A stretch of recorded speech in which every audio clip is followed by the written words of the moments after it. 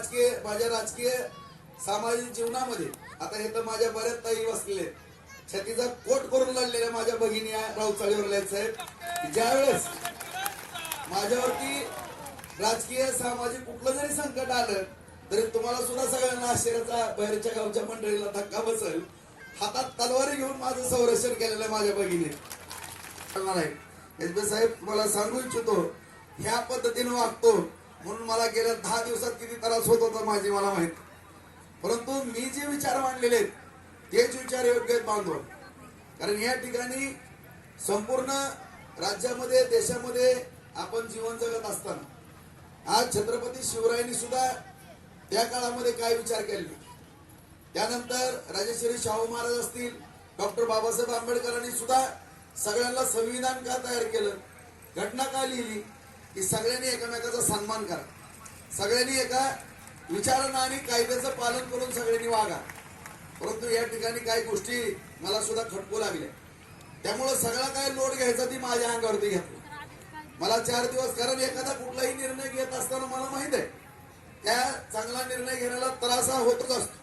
आज जे आपण आपले सगळे थोर पुरुष पाहतोय त्या सगळ्या थोर पुरुषांचा जर विचार केला आपण तर त्यांच्या जीवनामध्ये त्यांना दुःखाशिवाय किंवा त्रासाशिवाय काय आलेलं नाही बांधून. आज म्हणून त्यांची कीर्तिमान झालेली.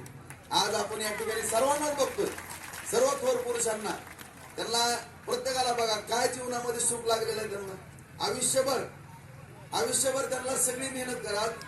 डॉक्टर बाबासाहेब आंबेडकरांचा विचार केला आपण, छत्रपती शिवरायांचा केला, महात्मा ज्योतिराव फुलेंचा केला, अहिल्यादेवी होळकरांचा केला, सावित्री मातांचा केला, या सगळ्या थोर पुरुषांचा तुम्ही आपण सगळ्यांनी पाहिलं किंवा आपण शिक्षणामध्ये शिकतो, सगळं शिकतो. परंतु त्या माणसाने त्याग किती केला, कधी आयुष्यामध्ये सुट्टी घेतली नाही, रात्रंदिवस 20-20 तास काम केलं, समाजासाठी झगडले, समाजामध्ये परिवर्तन आणण्याचा त्यांनी आटोकाट प्रयत्न केला आणि त्यांना एवढा त्रास त्यांनी भोगला म्हणून आज त्यांचं आपण नाव घेतो. आणि त्यांच्याच आदर्श डोळ्यासमोर ठेवून आपण या ठिकाणी चालणं गरजेचं आहे.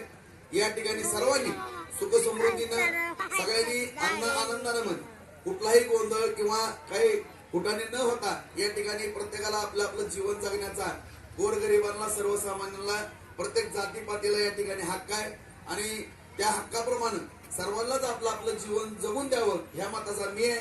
आणि त्यामुळं भले माझ्यावरती काही सुरुवातीला 10 दिवसापूर्वी सगळ्यांना वाटलं की राजभवन असं काय एकदम पत्रकार परिषद अशी का घेतली सगळ्यांना, पण आज सोशल मीडियाच्या किंवा माध्यमातून आपल्याला सुद्धा माहित आहे सर की आता बऱ्यापैकी माझी भूमिका पटायला लागली.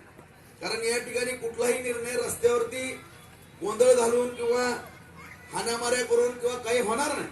हा निर्णय शेवटी देश हा घटनेवरती चालतो.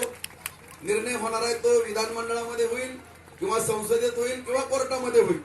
ज्यांनी आज आपण ज्या महान व्यक्तीला सगळे पूजनीय मानतो त्या डॉक्टर बाबासाहेब आंबेडकरांनी आपल्याला शिकवण दिलेली आहे की शेवटी कायदा हा श्रेष्ठ आहे आणि कायद्याप्रमाणेच आपला देश चालला पाहिजे.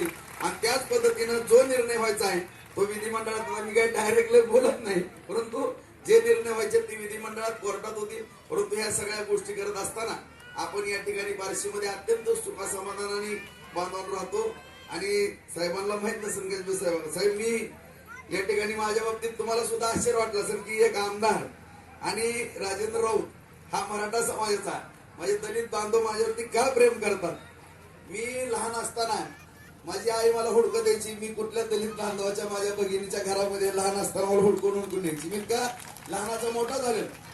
आणि खरं सांगायला माझ्या राजकीय सामाजिक जीवनामध्ये आता हे तर माझ्या बऱ्याच ताई बसलेले छातीचा कोट करून लढलेल्या माझ्या भगिनी राऊतचाळीवर साहेब, ज्यावेळेस माझ्यावरती राजकीय सामाजिक कुठलं जरी संकट आलं तरी तुम्हाला सुद्धा सगळ्यांना आश्चर्याचा बाहेरच्या गावच्या मंडळीला धक्का बसेल, हातात तलवारी घेऊन माझं संरक्षण केलेलं आहे माझ्या भगिनी.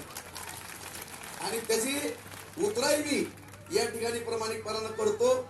मी कुठलंही गवडी सर अजिबात काय करत नाही. माझ्यावरती जे काही उपकार आहेत समाजाचे त्याचं एक परतफेड करण्याचा माझ्या हातात आलोय म्हणून मी प्रयत्न करतो. आणि भविष्य काळामध्ये पण असेच प्रयत्न या ठिकाणी करत राहील असे या ठिकाणी सगळ्यांना अभिवचन देतो. आणि आपण सगळेजण माझ्याबद्दल एवढं प्रेम, एवढं आपल्या म्हणजे प्रत्येक वेळोवेळी माझ्याबद्दल एक आपुलकीचं नातं हातातल्या खोडासारखं जपता, त्याबद्दल मी सगळ्यांचे मनपूर्वक आभार व्यक्त करून माझे 2 शब्द संपतो.